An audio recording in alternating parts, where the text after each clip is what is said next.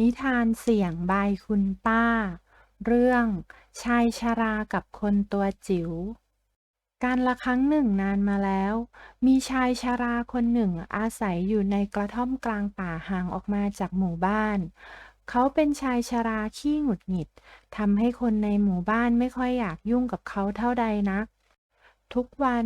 ชายชราจะออกจากบ้านเข้าป่าไปในตอนเช้าและกลับเข้าบ้านในตอนเย็น ชายชราเข้าป่าไปเพื่อหาของป่ามาเป็นอาหาร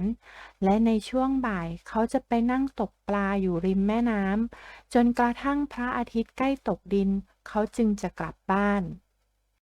ชายชราทำแบบนี้เป็นกิจวัตรทุกวันด้วยความเคยชินจนกระทั่งระยะหลังมานี้เขาเริ่มสังเกตเห็นว่ามักจะมีสิ่งของภายในบ้านหายไปบ่อยครั้งแม้ของที่หายจะเป็นของที่ไม่มีราคาค่างวดอะไรเช่นเชือกผ้าเช็ดหน้าหรือเข็มกลัดแต่บางครั้งเขาก็รู้สึกว่ามีอะไรแปลกๆของบางอย่างเขามั่นใจว่าวางมันไว้ตรงนั้นแน่ๆ แต่พอหันกลับมาของนั่นก็หายไปแล้วชายชราคุ้นคิดแล้วเขาก็เริ่มวางแผนการในใจเช้าวันต่อมาชายชราแซงทำเป็นออกจากบ้านและเข้าป่าตามปกติ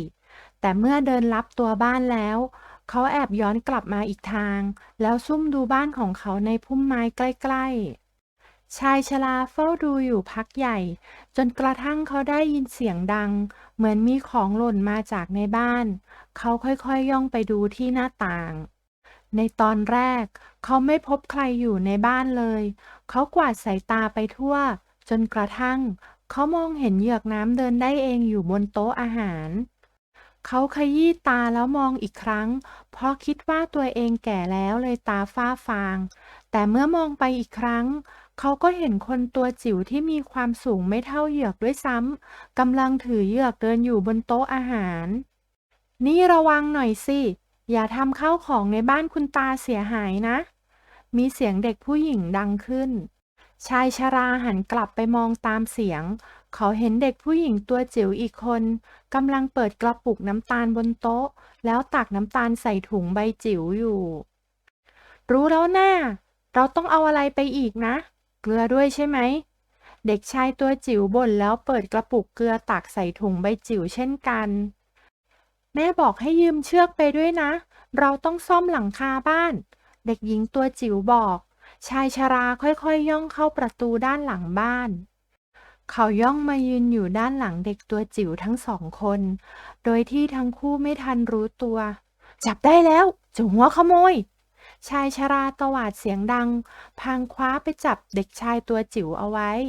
เด็กชายตัวจิ๋วมีสีหน้าตกใจสุดขีด เขาพยายามดิ้นรนออกจากมือของชายชราแต่ว่าก็ไม่เป็นผล ส่วนเด็กหญิงตัวจิ๋วยืนตะลึงทำอะไรไม่ถูก สักพักดูเหมือนเธอจะรวบรวมสติได้ เธอจึงเอ่ยออกมาว่าขอโทษค่ะคุณตาที่เราแอบเข้ามาในบ้านคุณตาแบบนี้แต่เราไม่ได้ขโมยของของคุณตานะคะเราแค่ขอยืมไปเฉยๆเราจะคืนทุกอย่างให้อย่างแน่นอนค่ะเด็กหญิงตัวจิ๋วพยายามอธิบายด้วยน้ำเสียงสั่นเครือชายชราเห็นท่าทางน่าสงสารของเด็กหญิงตัวจิ๋วก็ใจอ่อนลง แต่เขาก็ยังพูดถามเสียงเข้ม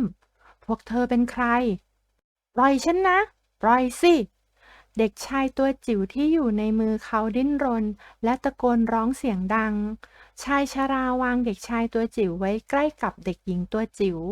เมื่อเห็นเขาปล่อยเด็กชายเป็นอิสระ เด็กหญิงรีบวิ่งเข้ามากอดเด็กชายไว้ เหมือนต้องการปกป้อง ชายชราดูรู้ได้ทันทีว่าเด็กหญิงต้องเป็นพี่สาวของเด็กชายอย่างแน่นอน พวกเราเป็นเผ่าคนจิ๋วที่อาศัยอยู่ในป่าแห่งนี้ค่ะ ปกติพวกเราอาศัยอยู่ในป่าลึกเข้าไป แต่ว่าหมู่บ้านของพวกเราถูกทำลาย พวกเราเลยต้องมาอาศัยใกล้ๆแถวนี้ เพราะว่าเราหาอาหารจากในป่าไม่ได้ค่ะ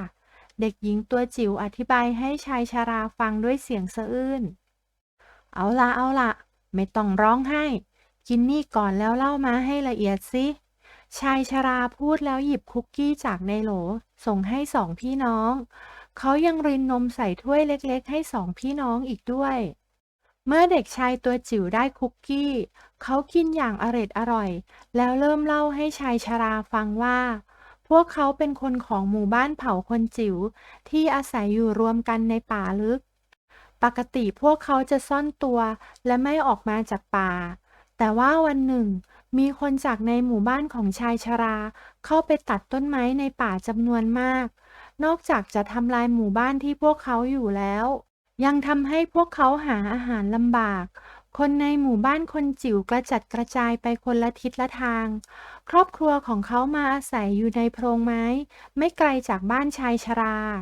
แต่ความเป็นอยู่ลำบากมาก บางครั้งพวกเขาจึงต้องมาขอยืมของในบ้านของชายชรา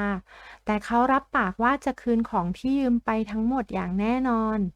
ชายชราฟังเด็กชายเล่าอย่างเงียบๆเมื่อกี้พวกเธอบอกว่าต้องการเชือกไปซ่อมหลังคาด้วยสินะ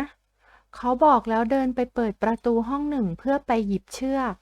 เด็กชายตัวจิ๋วชะโงกหน้ามองเข้าไปในห้องนั้นด้วยความอยากรู้อยากเห็น ภายในห้องนั้นมีเรือที่ทำจากไม้ลำเล็กๆอยู่เต็มไปหมด โอ้โหยอดไปเลย เด็กชายร้องออกมาอย่างตื่นเต้น ชายชรามองไปที่เรือเล็กพวกนั้นด้วยสีหน้าเศร้าๆ มันเป็นงานอดิเรกของเขาเมื่อสมัยก่อน เขาเป็นช่างไม้มีฝีมือ เรือเล็กพวกนี้สามารถลอยในน้ำได้ทุกลำ ชายชราปิดประตูแล้วบอกสองพี่น้องคนจิ๋วนำทางฉันไปบ้านพวกเธอสิสองพี่น้องนำทางชายชรามายังต้นไม้ใหญ่ต้นหนึ่งในป่า มันมีโพรงขนาดใหญ่อยู่ในต้นไม้ เมื่อมองเข้าไปภายในโพรงจะพบข้าวของเครื่องใช้ขนาดจิ๋วทำให้รู้ว่ามีคนใช้ชีวิตอยู่ในนั้นพ่อแม่คนจิ๋วออกมาต้อนรับชายชราพวกเขากล่าวขอโทษเกี่ยวกับสิ่งของที่เอามา หากมองดูในโพรงไม้ดีๆ จะเห็นกระดาษแผ่นหนึ่งจดรายการของที่เอามาจากบ้านชายชราทำให้รู้ว่าคนในครอบครัวนี้ตั้งใจจะคืนของที่ยืมจากเขาไปจริงๆ แม้ชายชราไม่พูดอะไร แต่เขาก็ช่วยครอบครัวคนจิ๋วนี้ซ่อมบ้านโพรงไม้ ด้วยความช่วยเหลือจากชายชราทำให้บ้านโพรงไม้นี้มีสภาพดีขึ้นมากเลยทีเดียว เด็กชายตัวจิ๋วดูจะชื่นชมชายชราเป็นอย่างมาก เขาล้อมหน้าล้อมหลังถามนู่นถามนี่ชายชราไม่หยุด และดูเหมือนว่าชายชราก็ไม่ได้รำคาญเขาแต่อย่างใด ลงท้ายบ่ายนั้น เขาและเด็กชายตัวจิ๋วก็ไปตกปลาด้วยกัน ก่อนกลับบ้านชายชราย่างปลาที่เขาจับได้ให้ครอบครัวคนจิ๋ว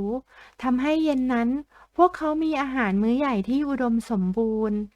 ชายชราบอกเหล่าคนจิ๋วว่าต่อไปถ้าต้องการอะไรก็ให้มาขอกับเขาตรงๆไม่ต้องมาขอยืมแบบนี้อีกตั้งแต่วันนั้นเด็กชายตัวจิ๋วก็มักจะแวะเวียนมาหาชายชราอยู่บ่อยๆเขาชอบไปตกปลากับชายชราบางครั้งชายชรายังเอาเรือลำเล็กมาให้เขาแล่นเรือเล่นในแม่น้ำอีกด้วย เขารู้ว่าแม้ชายชราจะชอบทำหน้าบึ้งตึงตลอดเวลาแต่ชายชราเป็นคนใจดีและมีน้ำใจมากเมื่อได้คุยกันบ่อยเข้าทำให้เด็กชายตัวจิ๋วรู้ว่าเมื่อก่อนชายชราอาศัยอยู่กับภรรยาและมีอาชีพเป็นช่างไม้พวกเขามักจะสร้างเรือลำเล็กด้วยกันและมีความฝันว่าจะเดินทางไปท่องเที่ยวด้วยกันแต่ว่าภรรยาของชายชราได้ป่วยจากไปเสียก่อน นับจากวันนั้นชายชราก็ไม่ทำงานไม้อีกเลย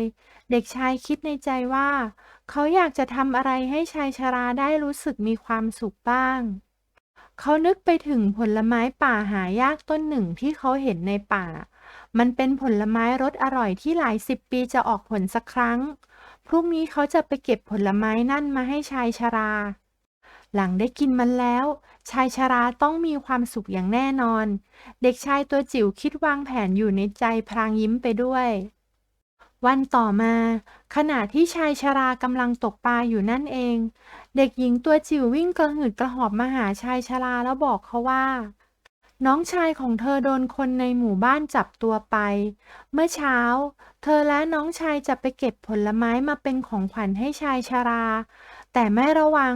น้องชายเลยถูกคนในหมู่บ้านจับตัวได้ ส่วนเธอซ่อนตัวได้ทันเลยหนีมาได้ ตอนนี้คนในหมู่บ้านพวกนั้นกำลังหาคนตัวจิ๋วที่ซ่อนตัวอยู่ในป่าคนอื่น เธอได้ยินมาว่า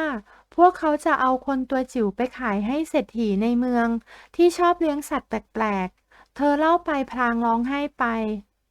ชายชราบอกให้เธอพาเขาไปที่ที่น้องชายโดนจับตัวไปเมื่อไปถึงเขาเห็นเด็กชายและคนตัวจิ๋วคนอื่นๆถูกจับใส่กรงไว้มีชายจากในหมู่บ้านเฝ้าอยู่1 คนชายชราแอบดูอยู่หลังพุ่มไม้พลางคิดหาทางช่วยเหลือ เขาสังเกตเห็นว่ากรงของคนตัวจิ๋วนั้นยังวางอยู่ที่พื้นยังไม่ได้ถูกขนไปไว้บนรถม้าชายชราย่องไปข้างรถม้าแล้วตีเข้าที่สะโพกม้าเต็มแรงม้าตกใจเพราะแรงตีวิ่งทะยานออกไปข้างหน้าอย่างรวดเร็ว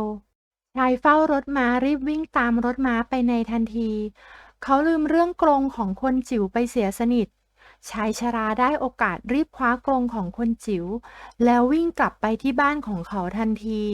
เมื่อถึงบ้านเขาปล่อยคนจิ๋วทั้งหมดออกจากกรงเมื่อเป็นอิสระเหล่าคนจิ๋วทั้งหมดดีใจมาก แต่ว่าพวกเขาไม่สามารถอาศัยอยู่ในป่าแห่งนี้ได้อีกแล้ว ชายพวกนั้นต้องกลับมาจับตัวพวกเขาอีกแน่นอน พวกเขาต้องรีบอพยพไปยังที่อื่นอย่างรวดเร็ว แต่จะทำอย่างไรดี ชายชราคิดสักครู่หนึ่งแล้วเขาก็เสนอว่าให้อพยพทางแม่น้ำน่าจะปลอดภัยที่สุดแล้วเขาก็หยิบเอาเรือเล็กทุกลำที่เขากับภรรยาเคยทำไว้ออกมาคืนนั้นพระจันทร์เต็มดวงส่องสว่างเรือเล็กหลายลำเต็มไปด้วยคนจิ๋วค่อยๆล่องผ่านแม่น้ำไปทีละลำแต่ละลำเต็มไปด้วยความหวังและความซาบซึ้งใจที่มีต่อชายชรา ครอบครัวของเด็กชายและเด็กสาวตัวจิ๋วกล่าวลาชายชราและแล่นเรือออกไปเป็นลำสุดท้ายเด็กชายตัวจิ๋วร้องไห้และตะโกนว่าสักวันพวกเขาจะต้องกลับมาเยี่ยมชายชราอีกอย่างแน่นอนชายชรามองส่งเรือลำเล็กที่ล่องไปตามแม่น้ำแล้วยิ้มออกมาตอนนี้เรือทุกลำที่เขาและภรรยาช่วยกันทำได้ออกไปท่องเที่ยวอย่างที่ภรรยาเขาเคยหวังไว้แล้ว เขามองเรือลำเล็กลอยไปจนลับตาพลางยิ้มอย่างสุขใจ